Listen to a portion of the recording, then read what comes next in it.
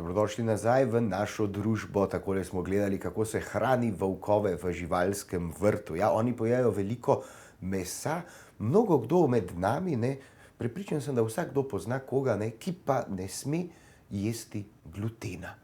Zato pa danes v naši družbi prav lepo pozdravljam avtorico knjige Življenje brez glutena in avtorico prvega dela knjige Fermentiraj.si, Brezglutenska akademija, gospa Suzana Kranjec. Lepo pozdravljeni pri nas v studiu in se že veselim, da bomo govorili o hrani. Hvala za povabilo. Pozdravljeni. Zdaj, vi ste prav na nek način pionirka v peki fermentiranih kruhov. In kdaj ste se pravzaprav podali na to pot, da ste se začeli tako prehranjevati? Domnevam, da tudi sami ne smete zaužiti glutena.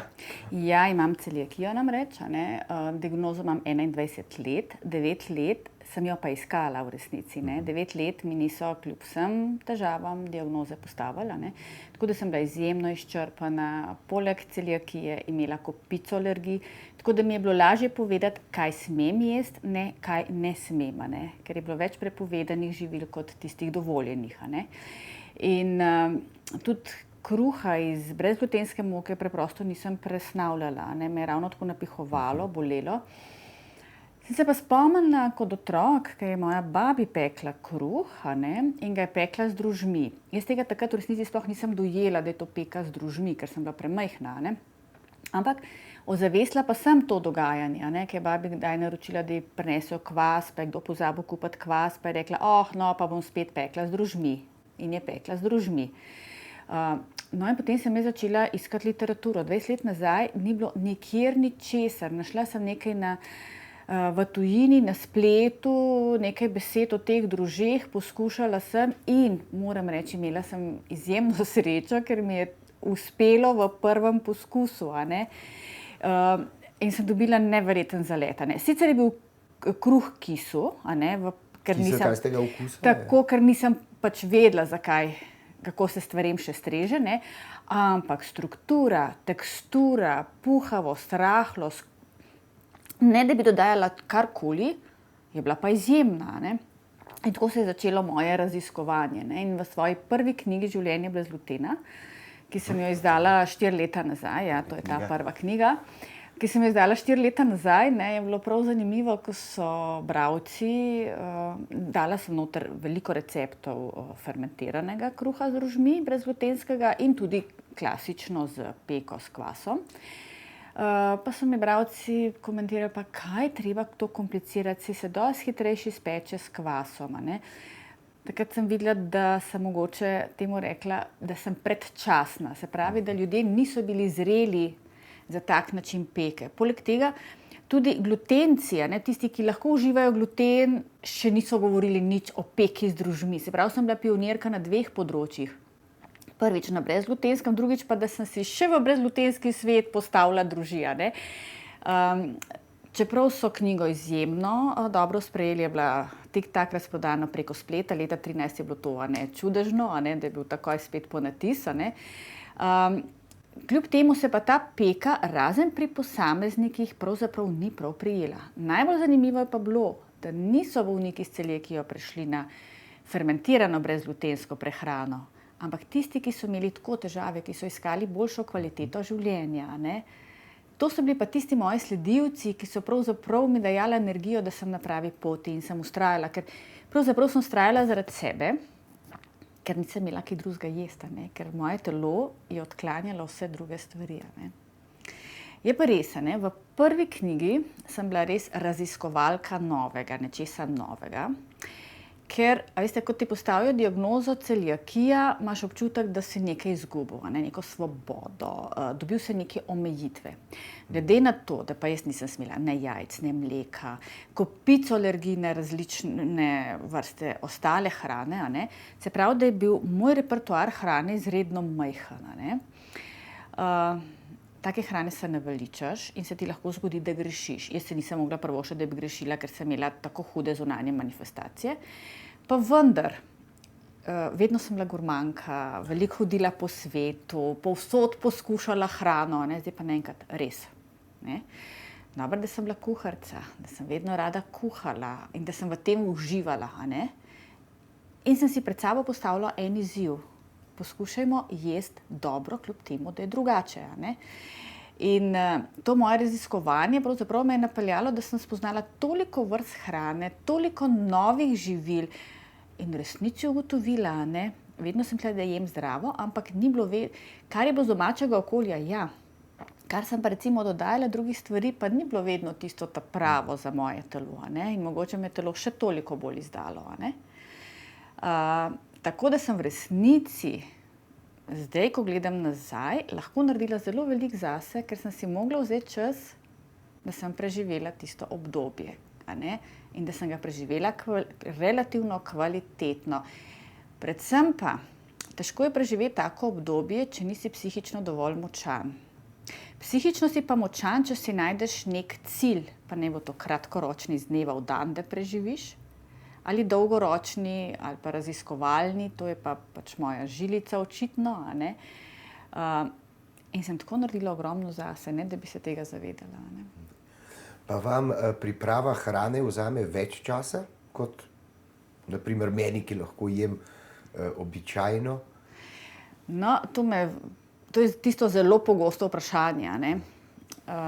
Ja, na začetku, a ne, ko sem začela se učiti, pa to seveda je vzelo mi veliko časa, potem sem ugotovila, da to ne gre, ne, da bom jaz zdaj samo za štedilnikom, služba in potem nisem zmogla nič več. Imela sem to družino, sem želela kam iti, v gostilne ne morem, a ne, se pravi, če je šla moja družina v gostilno, sem si jaz mogla doma skuhati, dati v menažto, da sem v gostilni lahko pojedla, ker pač brezglutenske prehrane v gostilnah, sploh pa ne toliko let nazaj, niso znali popolnoma nič pripraviti. Danes je pa tako, da mislijo, da se vse ve, a ne, ampak gostinci žal imajo premalo možnosti se izobraževati, kaj v resnici pomeni brezglutenska prehrana. Ne? Tako da res, zdaj nekaj lokalov je že, kjer je 100% brezglutenska, da si lahko tudi mi privoščimo neko kvalitetno, varno hrano. A ne? Dočim čas, a ne, ki sem ga porabila, sem pa želela skrajšati. In kaj sem gotovila, a ne, ko sem vedno več fermentirala, pripravljala hrano, da s predpripravo hrane, ker fermentacija je predpriprava hrane v resnici, s tem skrajšamo postopek končne priprave hrane. In če se dobro organiziram, glede na to, da sem matematik po izobrazbi, a ne, vrstni red računskih operacij, a ne. Vam gre vse za toliko časa, za to, toliko tako tega, to, in se zorganiziram in mi potem vse uspe. In to je bistvo. In v resnici je ta druga knjiga, Fermentiraj.si, fermentacija za sodobno ženo, se pravi zaposleno, sodobno ženo, ki nima kmetije, ki ima majhno kuhinjo v bloku, ima samo kuhinjski pult in lahko na kuhinjskem pultu predela recimo več zelenjave kot nekdo na vrtu s pomočjo mikrozelenja, se pravi kalčkov, a ne, če ves čas kališ, vsak dan imaš svežo zelenjavo, sveže kaljene zadeve, a ne, lahko ogromno narediš zase, a ne. Se pravi, greš na tržnico, pri izbrani kmetici, kupiš zelenjavo, jo fermentiraš, daš v kozarce, ker nimaš skladišča, ne, kupuješ sproti, fermentiraš sproti. Jaz običajno naredim tako za en mesec naprej, razen kar je z domačega vrta, ne, ker mi to ogromno pomeni, da pridelam so zelenjavo, a ne. Vse ostalo, kar pa zmanjkuje, pa sproti in ne rabiš ne prostora, razen res mogoče malo večji hladilnik, da lahko te kozarce pospraviš, da je to varno pospravljeno. Da je to varno pospravljeno. Tako. Drugače, hitra je hrana kontaminirana, ne? Ja. Z glutenom. Pa tako. In kako je, na primer, pa recimo, če hočemo imeti recimo restauracijo, ne, brezglutensko, moramo imeti vse posebej, ne, kuhno posebej, dopavo posebej, nič se ne sme mešati, da se slučajno ne bi kaj okužilo. Nekateri so zelo občutljivi, ne, celiakija je tudi več različnih nivojev, ne, nekatere malo zvije, nekatere pa imajo zelo trpijo, če se kontaminirajo z glutenom. In kako je pa to, mene zanima recimo ravno na tržnicah, ne, ali pa z nakupom zelenjave v trgovini. Kar sem hotel v bistvu vprašati, a se da hrano dekontaminirati? Da bi bila očiščena glutena. Ne? Tako. Bi šla kar po vrsti, ne? Najprej bi razložila to, kaj to pomeni celiakija. Celiakija je bolezen, kjer nikakor ne smemo vnašati glutena. Če bolnik oziroma oseba s celiakijo 100% na brezglutenski dieti, potem lahko rečemo, da smo zdravi, da nimamo nobenih simptomov. V primeru, pa da prekršimo dieto, pa ni nujno, da imamo zunanjo simptomatiko. Nekateri zunanje simptomatike sploh nimajo in ne vejo, da so se prekršili. Gre pa v teh primerih, v vsakem primeru gre za avtoimunni odziv in spremembe na sluznici, lahko se pa recimo preprosto pojavijo druge avtoimune bolezni zaradi nepravilne diete, se pravi sladkorna bolezen, bolezen ščitnice, osteoporoza. Na koncu lahko preide tudi v rakavo obolenje.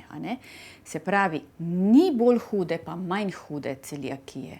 Celiakija je, vedno je treba biti na brezglutenski dieti, ni pa nujno, da imamo enak, se pravi, odziv telesa, zunanji odziv telesa, da gremo na stranišče, da imamo prebavne motnje, da nas napihuje, da nas boli glava, da se slabo počutimo. To ni nujno, v resnici v telesu je pa odziv povsod enak.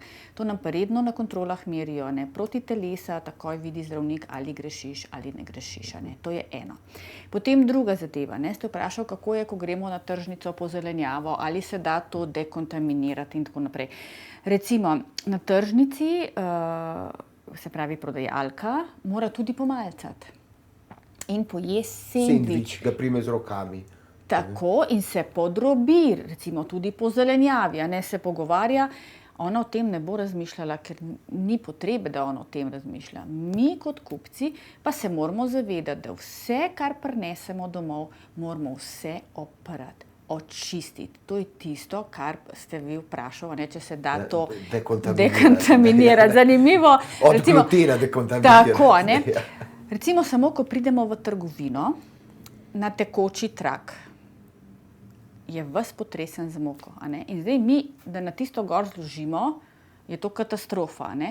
Potem nekateri trgovci rečejo, pa se od zadaj v skladišču je tudi vse potreseno z moko. A vi sploh veste, kaj imamo mi v zadaj v skladišču?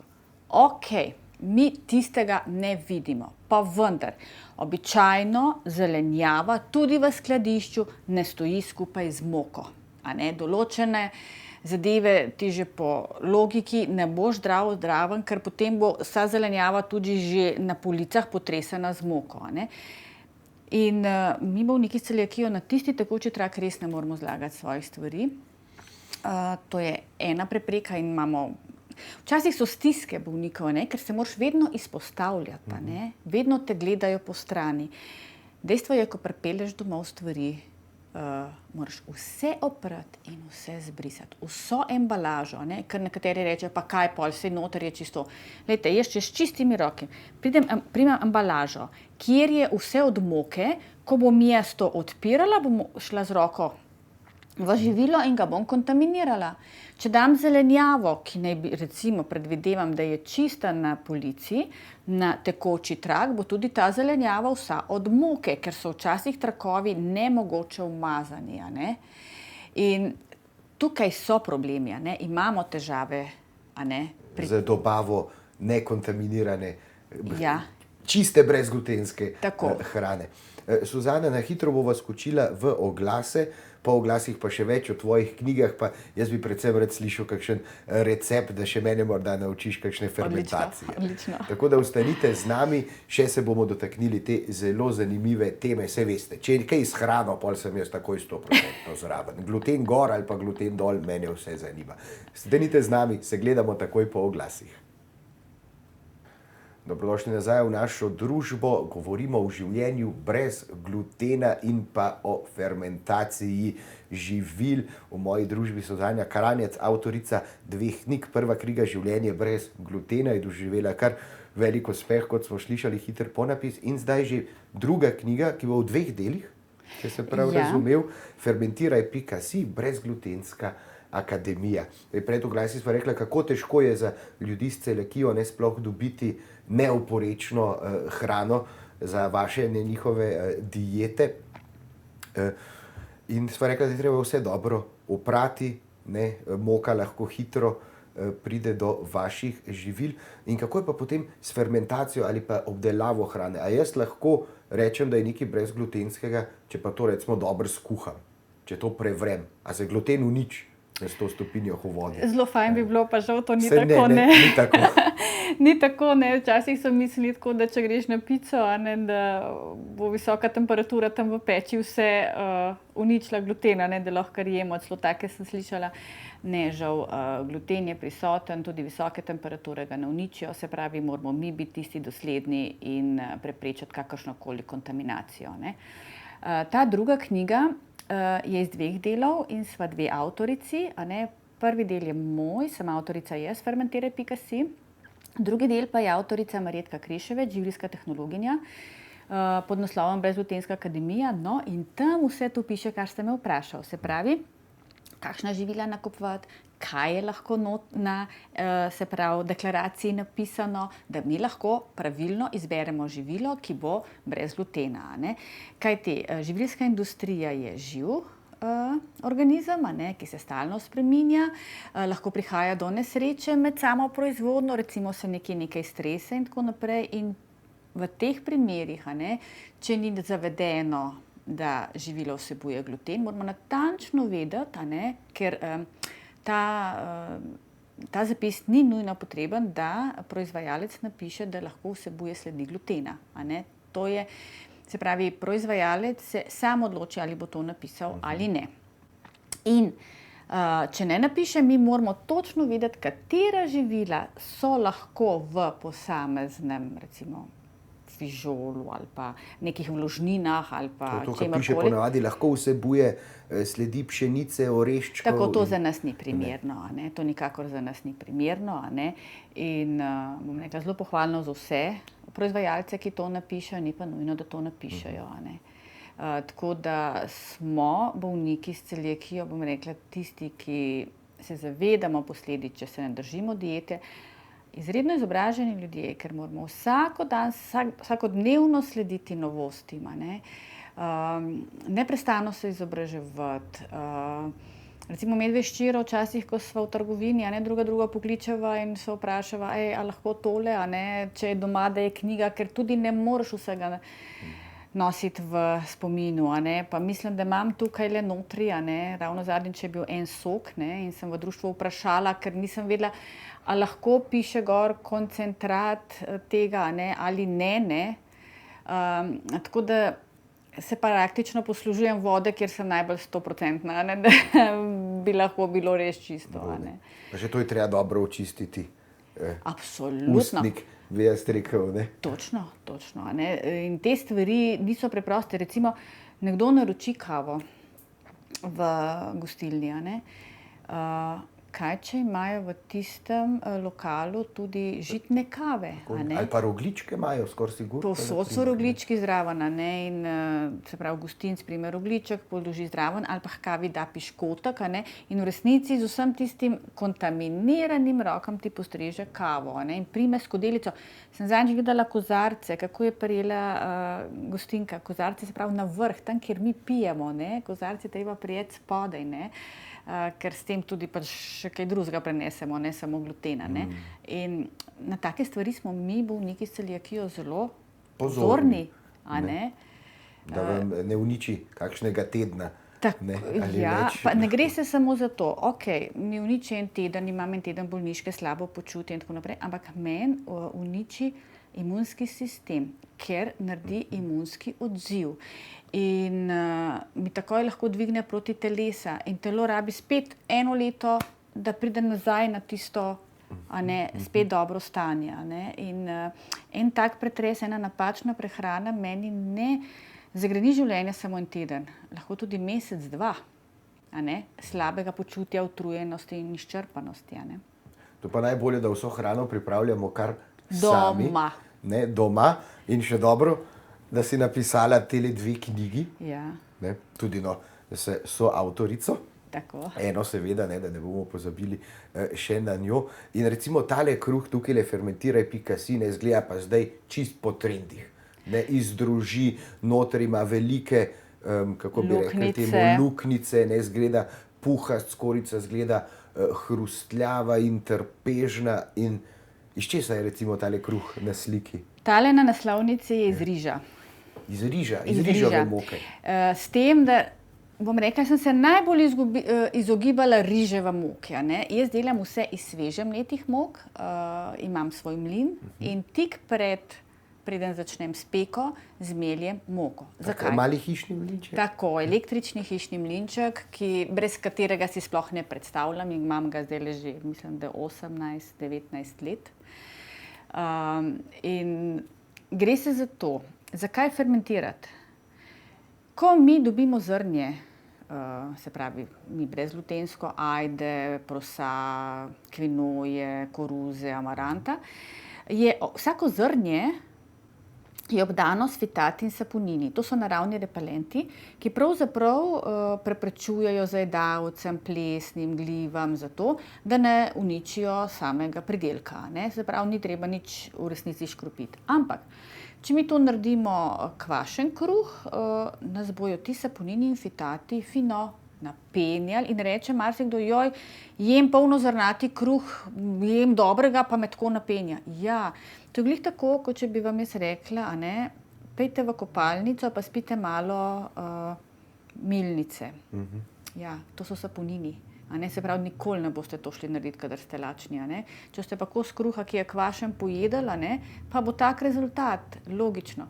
Kaj delajo fitati in saponini? Poleg tega, da so naravni repelenti, vežejo nase tudi minerale in vitamine. To se pravi, če mi pojemo kvašen kruh, naš prebavni sistem predstavlja v resnici samo cev, skozi katero ta hrana potuje in jo potem izločimo in je nič ne absorbiramo. Če pa mi fermentiramo, pa je naš prebavni sistem resnično prebavni absorbilni sistem, ker smo mi odstranili fitate in saponine in so minerali in vitamini prosto dostopni za naše telo. In se šele tako lahko absorbirajo. To se pravi, če piše na moki, ki jo kupimo, vsebuje toliko in toliko in toliko hranil, seveda, če je sveže mleta, če mi to fermentiramo, ta hranila v resnici absorbiramo. Če pa kvasimo kruh po klasični, vprašanje klasični, kaj imamo mi za klasično, moja babi je klasični. Tako, moja babi je klasično pekla z drožmi, V tem primeru pa imamo mi, bom rekla, polnovredno biorazpoložljivo živilo. S tem, da mi vnašamo v naše telo tudi, če pripravljamo na tak način kruh, probiotike, prebiotike, ki so vlaknine, ker prebiotiki so hrana za probiotike, ker če nimamo v resnici, ne uživamo simbiotikov, se pravi simbioza, prebiotikov in probiotikov, potem naše telo tako ali tako ne more vsega tega absorbirati. Potem, če gremo korak naprej, se pravi fermentacija zelenjave. Jaz sem tukaj izredno veliko raziskovala, in pravzaprav vsak narod ima neko tradicionalno fermentirano hrano. Ker to je tudi način v bistvu shranjevanja, konzerviranja hrane. Tako, to je bilo edina zadeva, da so lahko včasih konzervirali zelenjavo. Na našem ozemlju vsi poznamo repo in zelje, kislo repo, kislo zelje. Prekmurje pa je fermentiralo tudi recimo ostalo zelenjavo, ampak to je bilo samo v tem prekmurskem delu in je to počasi vse skupaj zamrlo. Tako da tudi jaz, ko sem iskala te informacije, sem jih zelo težko našla in dobila informacije, kako to delati. Tako da sem imela kar veliko poskusov v svoji kuhinji, da mi je res to uspelo. Da je bil rezultat tudi všečen. Tako. Okusen, da rečem. Absolutno, ker mi pravzaprav jemo z očmi in z nosom, in šele potem pride do naših brbončic. Mi se moramo začeti sliniti, preden... Že ko vidimo, Tako, ko vidimo. Pa ko zavohamo.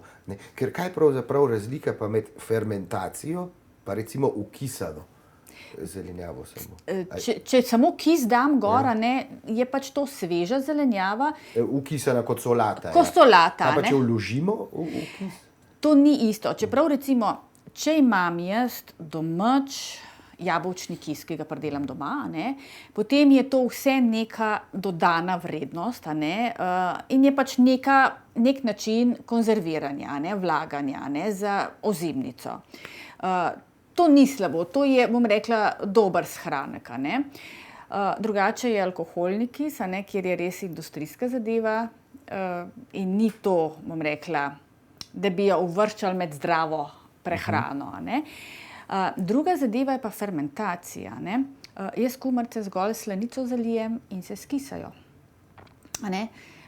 Potem vso zelenjavo na tak način zalijem s slanico in se sama skisa. In recimo šopska solata, ki jo imajo vsi radi, ki se običajno naredi s kisom in tako naprej, da jo skuhaš in tako. Jaz to zgolj zelenjavo narežem enako kot za šopsko solato in samo zalijem s slanico. Na koncu je rezultat enak. S tem, da smo mi, ko smo to zelenjavo v resnici fermentirali na tradicionalni način, hrani dodali dodano vrednost. Vsako živilo ima na sebi bakterije, in te bakterije sprožijo postopek pravzaprav fermentacije. Sol moramo dodati in vodo zato, da naredimo pogoje, da se fermentacija sproži. In s tem pravzaprav mi aktiviramo encimski del te hrane in ga obogatimo s probiotiki in prebiotike. Se pravi, recimo nekdo reče, meni so včasih to rekli, jaz pa finančno ne zmorem. Pa rečem, ni res. A jeste zelenjavo? Pravijo, ja. Ja, ampak jaz jo kupam v trgovini, ki je najcenejša. Nič hudega. Dajmo to hrano, ki je najcenejša, ker mi si moramo prilagoditi življenje na svoje zmožnosti. Naše delo pa bo obogatilo to hrano. Se pravi, kupi tiste najcenejše zelje, ga namakaj v vodi, daj sodo bikarbono noter, da se bojo odstranili vsa škropiva, karkoli se da na tak način odstraniti. In potem pripraviš fermentirano hrano. In s tem si obogatil svojo hrano, si mi dal dodano vrednost. In to je bistvo. In na tak način lahko mi ogromno naredimo zase, pa čeprav pridemo s 3 evri na dan.